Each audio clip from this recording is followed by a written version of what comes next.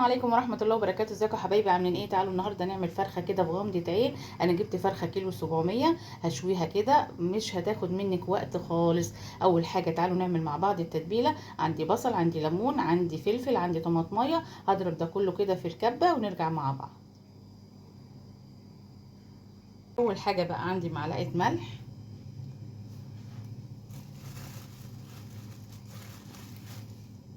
فلفل اسود،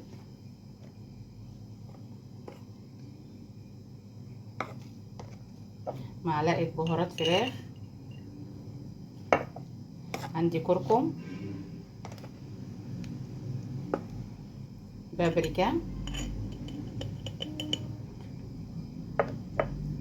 عندي بقى عصرة ليمونة. بسم الله.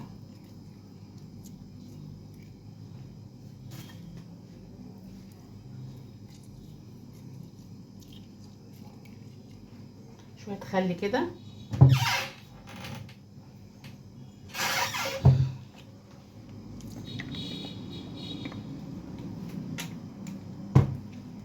اقلب بقى كله كده مع بعضه.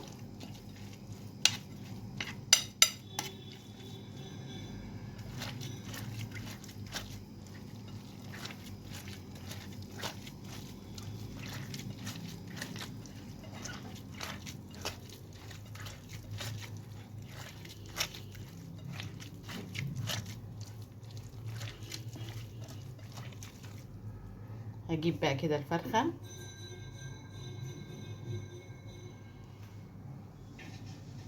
الفرخة اهيت. هبدأ كده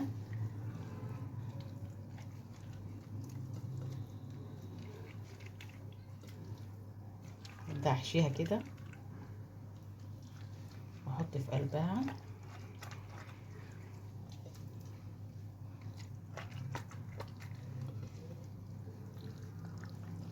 وبرضو هتبلها كده من بره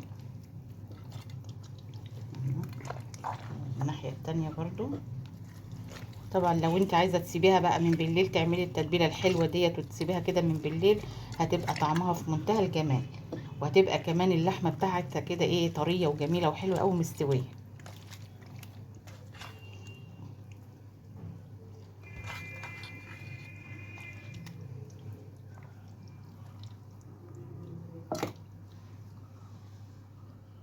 هنا كيس حراري، احط كده الفرخة في قلبيه.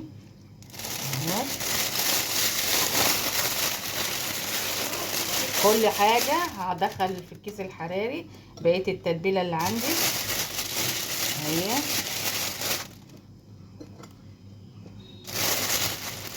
شايفين اهو المية دول كمان اهو.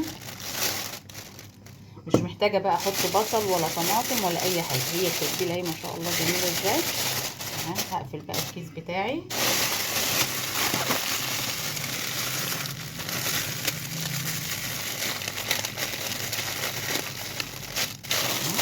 عندي بقى كده السكينة، هفرغ حاجات بسيطة كده عشان الكيس ما يفرقعش. هدخلها بقى على الفرن، مش هحط اي حاجة، هسيبها كده بقى تنزل التتبيلة بتاعتها وتسويها. هتاخد من ساعة لساعة الا ربع لان هي فرخة صغيرة. بقى انا طلعت الفرخة من الفرن، تعالوا بقى كده نفتحها مع بعض. بسم الله الرحمن الرحيم.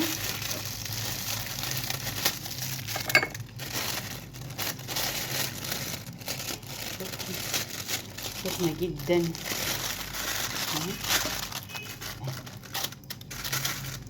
عايزة بقى ادخلها الفرن تاني تاخد تتحمر بقى كمان شوية.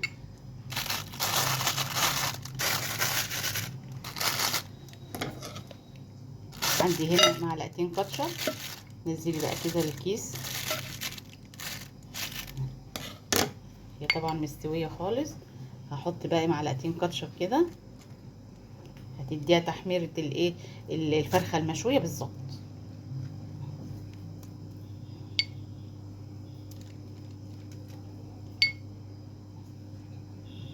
يا جماعة دخلها بقى تحت الشواية.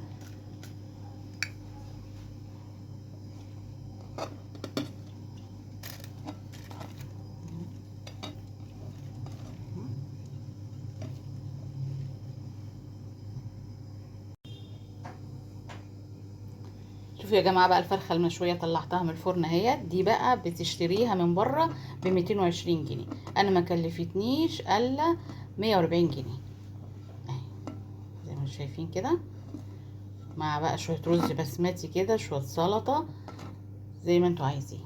وبألف هنا. اوعوا تنسوا بقى الاشتراك، والسلام عليكم ورحمه الله وبركاته.